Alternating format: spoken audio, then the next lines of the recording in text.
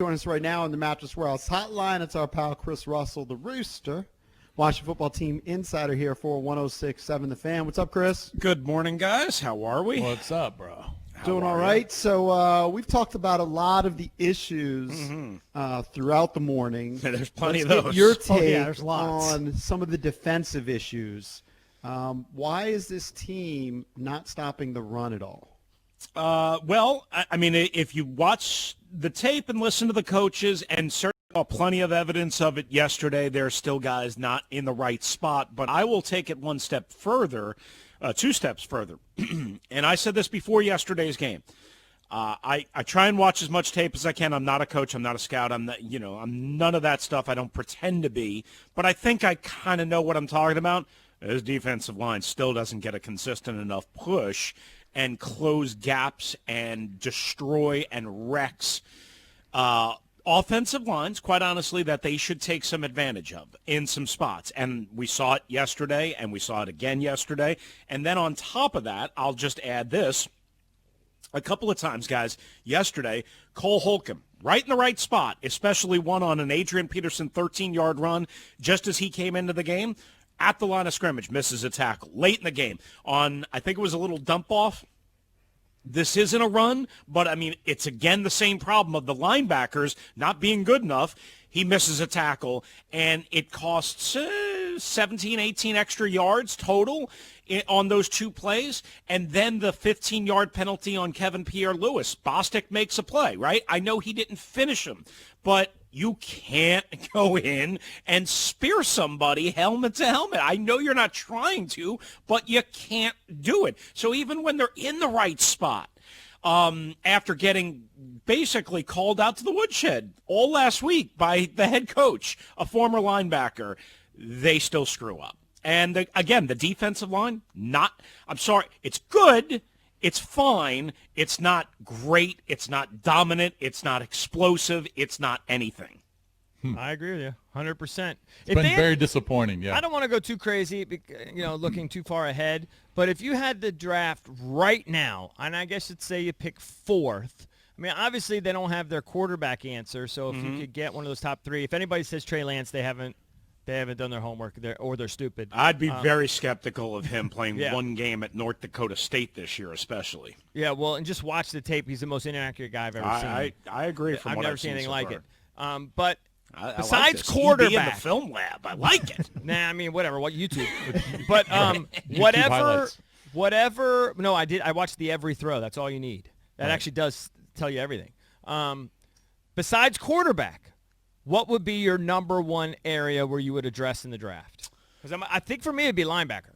Well, so the question for me, and here's where I don't know if there's a Isaiah Simmons type that I would consider, say, in the top five if you wind up in the top five. Okay, I don't know that yet, so I can't necessarily answer that. My hunch would be no.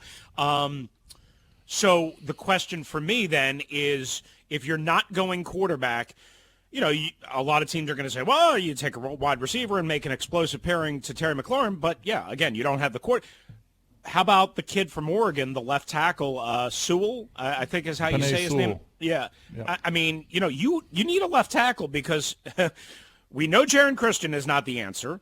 Cornelius Lucas, who was a two-game answer, now is banged up, and we don't know if what his situation is moving forward. You can't play Morgan Moses, I don't think, forever at left tackle.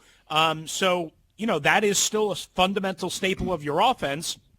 And we see around the league, the great teams, most of them have that franchise chip left tackle.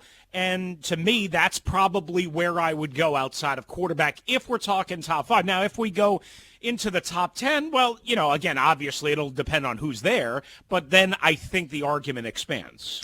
Rooster, you tweeted this yesterday at WrestleMania 621. This is in an area that you would address in the draft. But Dustin Hopkins, 11 of 16 on the year, 5 of 9 from between 40 and 49 yards. I mean, kickers are pretty easily replaceable. Are we going to see a cavalcade of kickers come through Ashburn this week or the next week to try to upgrade that spot? Because as you point out, this team has no margin for error, and you certainly can't miss kicks in close games. Right, and to be fair to Dustin, obviously he did make 2 yesterday, including the one cakes, where tie it up at 27-27 with 16 seconds left. So to be fair, my guess is right now, no, you won't see that, and they will chalk up yesterday to just a miss. He wasn't healthy, number one, which I had argued that they should have promoted the kid that they have on the practice squad as part of the expanded game day roster where it doesn't cost you anything. You can do it twice. Kare Vedvik is their backup punter, backup kicker. They have him. He practiced all week. He's been in the building for several weeks, plenty of NFL experience. Now, obviously, he made a couple of kicks, Hopkins, so I don't think it was an injury thing yesterday. It was just a bad miss. But that's just the problem right now, is he's missing, I don't want to say a kick a game, but it's almost a kick a game from inside 50 yards and usually 40-plus, and you can't have that, period. I'll go back to the Giants game on the road. First drive, they're moving the football, good first drive, finally try and get some points. He misses a chip shot. Yesterday, okay, again, is that an easy kick? I guess not. I couldn't do it, but I'm not Dustin Hopkins, and I'm not an NFL place kicker. You can't miss that kick, and it was badly missed. That's the other thing, badly missed. At this point, I have I hold my breath. I gasp with horror every time he comes out there. He's a wonderful, wonderful young man. Yeah. I don't mean to be anything personal other than, you know what? This team can't afford the constant problems and worries in that. Oh, and he also missed an extra point in Cleveland, so it's more than just the field goals. He's missed an extra point, too, and I know those are harder now, too, but, the point of the matter is that's 15 or 16 or so extra points that this team has lost, and, again, they have zero margin for error. But you're right. He can't miss that kick, No. especially indoors. Indoors. No. I No. think It's one thing if it's a 56-yarder, 55-yarder, Right. you get a little bit of a pass. It's Right. a 43-yarder. Yeah, if Prater misses make the everything. 59-yarder at the end of the game yesterday, right? Nobody even bats an eyelash. Right, give him a pass, yeah. When Hopkins missed the 54-yarder against Baltimore, now I thought it was a bad decision by Ron to go for that against Baltimore at FedEx Field outside, to your point, Jason. Nobody even bats an eyelash. But when you start missing 42, 43, 44-yarders, can't have that. Can't have that. And, again, here's another thing that you can't have. Now, we've talked about the turnovers constantly, right, all year. And McLaurin has a bad turnover. Yes, I know it's a bang-bang call, and I know people are But you can't have that, especially because they were moving the football, and I think they were closing in on the red zone. Maybe they were just inside the red zone. I have to double-check that, guys. But then also, late in the game, and I know everybody's talking about the Chase Young penalty, they had 4 penalties. Alex had a delay of game. Mm-hmm. Sharp, the kid right tackle who had to come in, who you don't want to play and may be stuck playing, had a illegal hands penalty, and James Smith-Williams had one on a kickoff return. They had 4 penalties in about in terms of game clock, about a minute span or so that may have cost them a chance at a touchdown. Instead, it led to having to kick a 41-yard field goal, which thankfully, again, Hopkins made, but you never know how these things work out. Right. So kind of going forward, how are you feeling about, because it's a horrible division. Yeah. Philly looked bad. Okay, the Giants have a pretty comfortable lead over Washington just because they swept them, but it's still only 1 win over. Yeah, they have 3 wins. How you feeling about the division? I don't see more than 4 wins for the Skins for right now. They surprise you that maybe they win 3. I don't see them getting to 6. Yeah, I don't see them getting to 6. 4 wins would be about reasonable considering the schedule ahead. Think about it. Everybody, now, Ron and the players did not preach this. We in the media and fans preach this, right? Oh, this is the easy part of the schedule. This is where you get fat. Listen, if anybody knows about getting fat, it's me. And they ain't getting fat, okay? They suck. Suck is strong. They are struggling because they are shooting themselves in the foot. They're losing all of these games by 1 point, 2 points, 3 points, whatever it might be. They're in every game. But the first halves are awful. They're getting more than doubled in terms of point scored to points allowed, right? It's just atrocious. But they're in all of these games, so I can't say, they have no shot against the Bengals and Joe Burrow, who got smoked, yes, by undefeated Pittsburgh yesterday, but aren't very good, quite honestly. I can't say they have no shot on Thanksgiving against Dallas. Now, do I think they have a reasonable shot in Pittsburgh? No. Do I think they go out to San Francisco even though Kyle and the 49ers aren't very good? Probably not, but I can't say no. And then home against Seattle? No chance, right? But then you finish up with Carolina. You think that's a win? And at Philly, and I don't think the Eagles are any good, just to your point, Jason. I mean, they got smoked yesterday, right? So I could see 4, maybe 5. I don't see 6. I don't see a division. I don't see the playoffs. And I also don't see Dwayne Haskins starting anytime soon. And I said that before yesterday. I said it after yesterday. I'll say it again. I think I said it with JP and Logan yesterday on the pregame show. He's one snap away. He's a lot further away from actually starting unless they have no shot. And thank goodness Alex Smith was great yesterday. And don't read into the no touchdown passes because his arm got them to the 2-yard line or the 3-yard line on all of those drives. In the comeback, you just can't ask anybody to be down 24-3 constantly, 17-3, whatever the situation might be, and ask them to dig out of this hole. It's too much, again, for not a good enough football team. One thing if it's Tom Brady, Aaron Rodgers, Drew Brees, that's not what we're dealing with here. Mm-hmm. I agree with... Look, Alex Smith had an unbelievable performance. What he did is ridiculous, and then you consider where he came from. I mean, you would have bet your whole life savings. It still blows my mind. That he would never have a game. I think you just would have bet everything you had on it, right? Yep. Yeah. Mm-hmm. But I still don't think that he evades pressure well. And No, I agree. I'm saying it all day, and everyone's upset with me.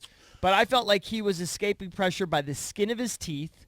And I just think over time, I think what the Lions did in the first quarter was the way to do it. They were pressuring, and he was falling apart. And then they got up to an early lead, and they backed off, and then he took advantage of it because he clearly knows the offense extremely well. And he can stay in the pocket and run it. But if there's pressure, I think he's a mess. I mean, there were a couple of times where he was able to flush away from that pressure and dip his shoulder and move and all that. Some veteran stuff he did, but exactly. He's just not. But he's slow. Yeah, we're not talking about Kyler Murray on the final throw, which was just, obviously ridiculous. Everybody talks about the Hopkins catch and the throw, but it was what Kyler Murray did to set that up, right, and elude a tackle and all of that stuff that made that play special. We're not talking about that with Alex Smith, but I do continue to be encouraged, not, as Keim said earlier, as you guys have talked about, listen, he's not going to be explosive. We all know that, right? He's 37 years old, 17 surgeries, all that.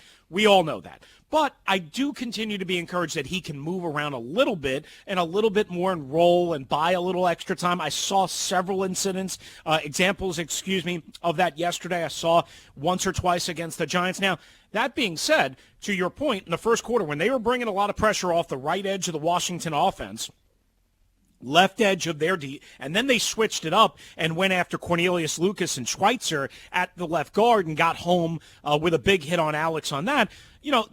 You're leaking oil. And maybe, they backed off, and that's normal. So now we have to see, I'd love to see Alex against a Baltimore-type attack, right, where they bring pressure and they cook all game long from every angle. I'd like to see that. So until I guess we get that, maybe Pittsburgh will be that answer, right? Because Pittsburgh does a lot of that too. So if he's still playing in Pittsburgh, I guess we'll find out. But other than that, listen, Alex is the best quarterback right now for this team. What's interesting is, and I think I mentioned this with JP and Logan yesterday, they haven't put Kyle Allen on the injured reserve list. Mm-hmm. He's still out there, right? Mm-hmm. So didn't he already have surgery?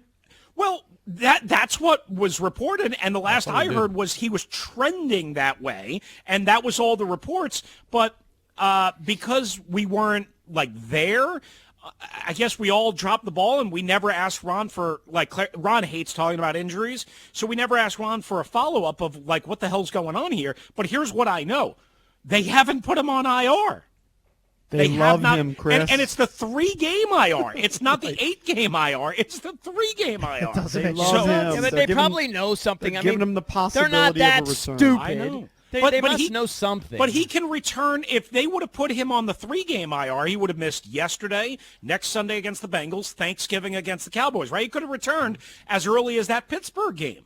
in December. What it tells you is they hate Dwayne. Oh, absolutely. It's more confirmation they hate Dwayne, and that even a guy with a broken leg, they can't wait to bring him back. So I don't know if I'm missing something here.